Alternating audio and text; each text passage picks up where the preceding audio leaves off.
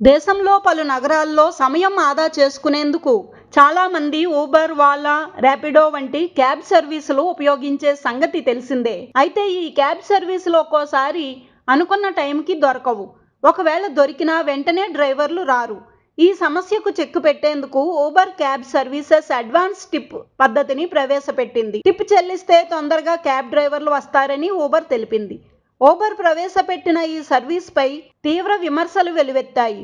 తాజాగా ఈ advance tip మోడల్పై కేంద్రం కూడా ఆగ్రహం వ్యక్తం చేసింది. ఈ పద్ధతి చాలా ఆందోళనకరమైందని, వేగవంతమైన సేవ కోసం వినియోగదారులను ముందస్తుగా టిప్ చెల్లించమని బలవంతం చేయడం అనైతికం అని వ్యాఖ్యానించింది.